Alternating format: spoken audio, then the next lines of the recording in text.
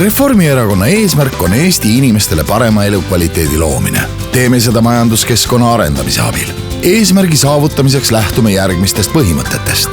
Jätkame lihtsa üksikisiku tulumaksuga. Vähendame tööjõu maksukoormust. Anname maksuvabastuse 3. pensionisamba sissemaksetele. Suurendame tööturu turvalisust ja paindlikkust. Toome Eestisse rahvusvahelisi investeeringuid. Tagame ettevõtlusele ausa konkurentsi. Vähendame bürokraatiat ja aruandlust. Väärtustame ettevõtjat kui ühiskonna rikkuse loojat. Kindlustame energiajulgeoleku soodsaima hinnaga. Arendame transporti ja äritegemise keskkonda. Võitleme reguleeritud hindadest tuleneva hinnatõusuga. Kasvatame riigi reserve tuleviku langusperioodide pehmendamiseks.